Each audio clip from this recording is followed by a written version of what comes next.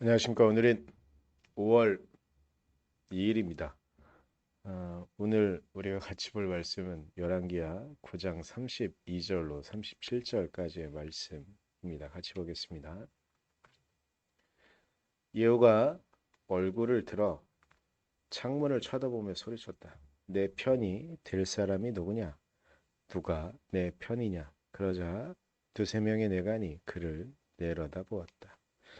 예후가 그들에게 명령하였다. 그 여자를 아래로 내던져라. 그들이 그 여자를 아래로 내던지니 피가 벽과 마레개까지 튀었다. 예후가 탄 말이 그 여자의 주검을 밟고 지나갔다.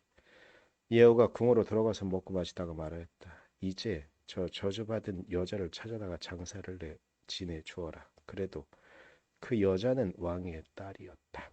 그들이 그 여자를 장사진에 주려고 찾아 나섰으나 그 여자의 해골과 손발밖에는 아무것도 발견할 수가 없었다.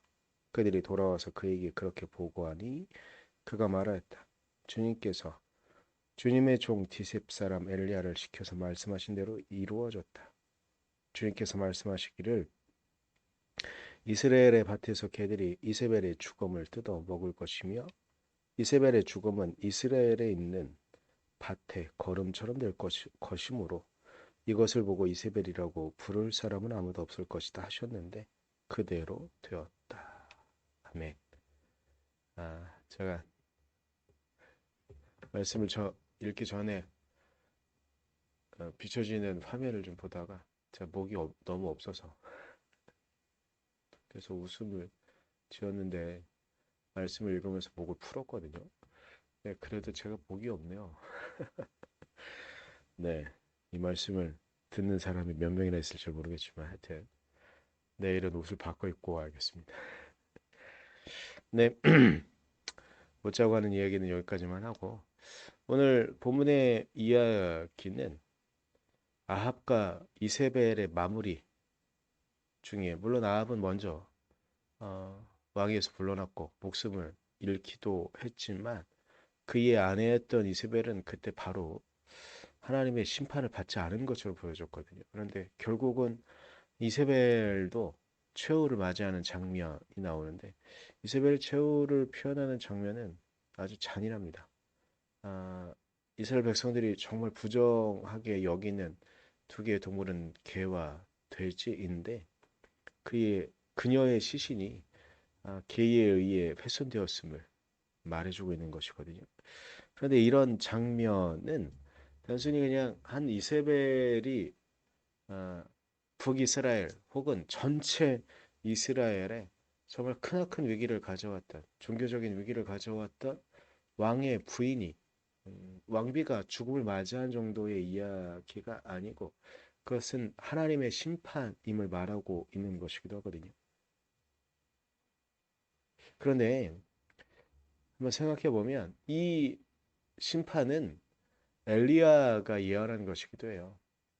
하나님께서 결코 이렇게 하나님 멀리 이스라엘 백성들을 이끌어가고 있는 당신들을 기필코 심판할 것이고 이세벨 너는 왕비로서 그리고 바알 신상을 오히려 더 어, 섬기고 있는 너가 그리고 이스라엘 백성들을 그렇게 만든 너가 하나님께 결국 이러한 심판을 받을 것이다. 너의 시신마저 찾지 못하는 그런 일이 일어날 것이다라고 예언하지요. 이세벨은 그 말을 콧방귀 꼈고 어느 때보다도 강성한 시기를 보내고 있는 아합 왕 때였었으니 그녀의 콧대는 아마 더욱더 높았을 것입니다. 그런데 그녀의 최후는 결국 우리가 오늘 본문에서 읽은 이야기처럼 되어집니다. 이 심판의 도구는 예후였고요. 예후는 물론 이후에 아, 새로운 왕조를 또한 열기도 하고 그러나 그도 또한 하나님의 심판을 받기도 합니다만 일단은 그렇게 하나님 앞에 죄를 저질렀던 아합과 이세벨 특별히 오늘 본문에서 읽은 이세벨의 최후는 제가 다시 말씀드리기 좀 그럴 정도로 시신이 훼손되어지고 누구인지도 구분할 수 없는 그런 시신으로 이스라엘 백성들이 찾게 되어지죠. 어, 우리는 이렇게 생각할 수 있습니다. 엘리야가 활동할 당시에 이러한 일이 일어났다면 얼마나 좋을까라는 그런 생각을 할 수 있었겠습니다만 일단 중요한 것은 하나님께서 말씀하신 그 예언이 어, 아합이 이세벨이 마음을 돌이키지 않고 끊임없이 우상을 쫓고 이스라엘 백성들을 계속 악한 길로 이끌면 이러한 심판이 일어날 것이라는 그 심판이 결국 일어났다는 것입니다. 제가 지난주 교회 주보에 칼럼을 쓴 내용들을 한번 오늘 본문을 보면서도 그 생각이 좀 떠올랐습니다. 전우원 씨에 대한 이런저런 이야기들이 지금은 그래도 많이 좀 언론에 관심이 많이 사그라든 것 같긴 하지만 그러나 여전히 사람들의 주목을 좀 끌고 있고 전우원 씨는 그의 말에 의하면 전두환을 추종하는 세력들이 전우원의 위해를 가할 수 있기 때문에 뭐 계속 유튜브를 하거나 인스타그램에 어, 영상들을 올리거나 하긴 하던데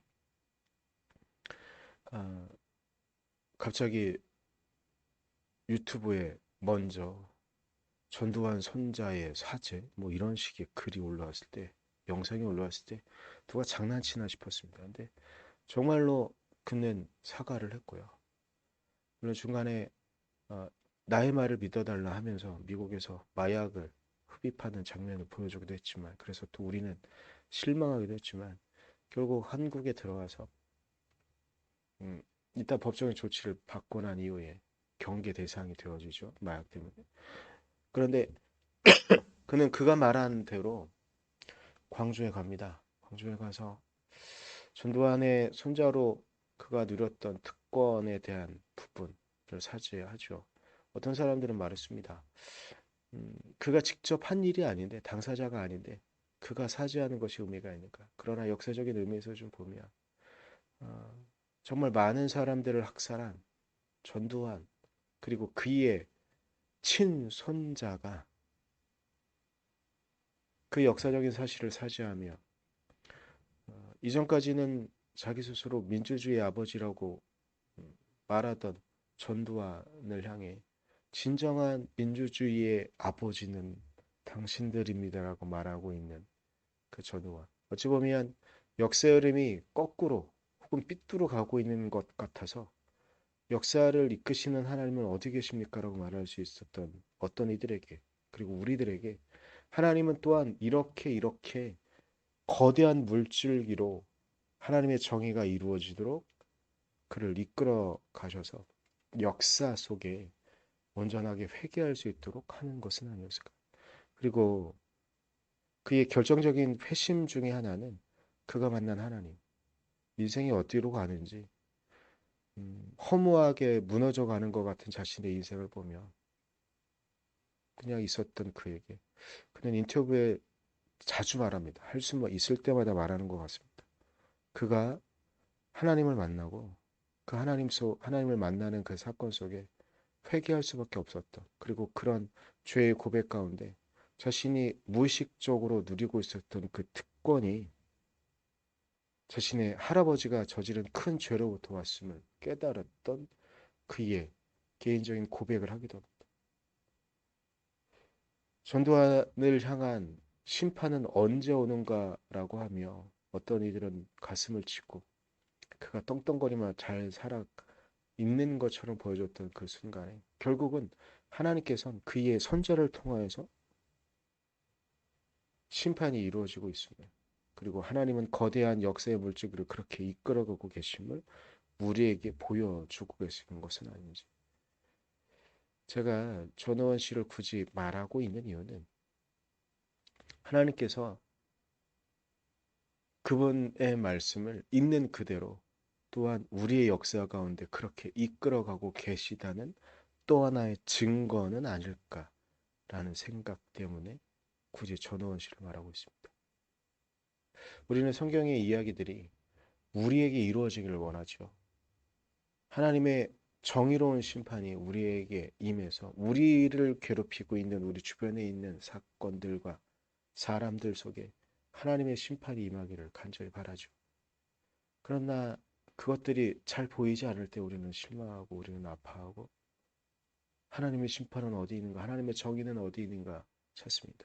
그런데 하나님께서는 그분께서 말씀하신 그대로 역사를 또한 이끌어갑니다. 근데 이것이 우리에게 희망을 주는 이유는 또 다른 이유는 그분께서 하나님의 말씀을 온전히 따라가는 이들에게 주시겠다고 약속하신 그 축복이 여전히 유효함을 그대로 우리에게 임할 수 있음을 또한 보기 때문에 우리는 그분께서 이끌어 가시는 역사를 목격할 필요가 그리고 그분의 역사를 따라갈 이유가 있는 것이기도 할 것 같습니다.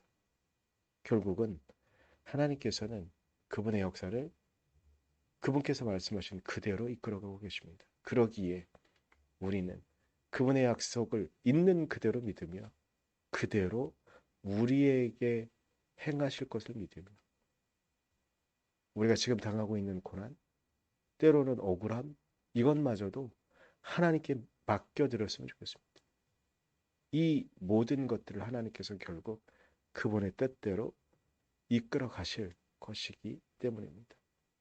그 말씀을 믿으며 그 은혜를 믿으며 우리에게 그분의 약속을 있는 그대로 이루실 주님의 이끄심을 바라며 오늘 하루도 우리의 인생도 살아갈 수 있기를 간절히 소망합니다. 기도하겠습니다.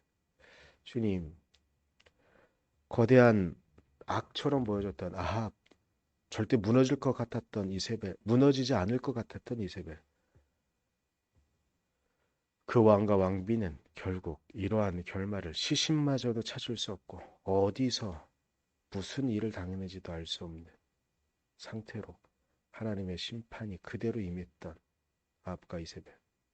하나님, 결국은 하나님께서는 당신의 말씀을 있는 그대로 그렇게 이루어 주셨음을 우리는 봅니다. 그렇게 우리는 믿음을 갖고 하나님께서 우리를 통하여 당신의 말씀을 있는 그대로 이루실 것이라는 믿음을 갖고 우리가 주님의 약속을 믿으며 주님의 말씀을 따라갈 수 있도록 우리를 지키시고 이끌어 주시옵소서.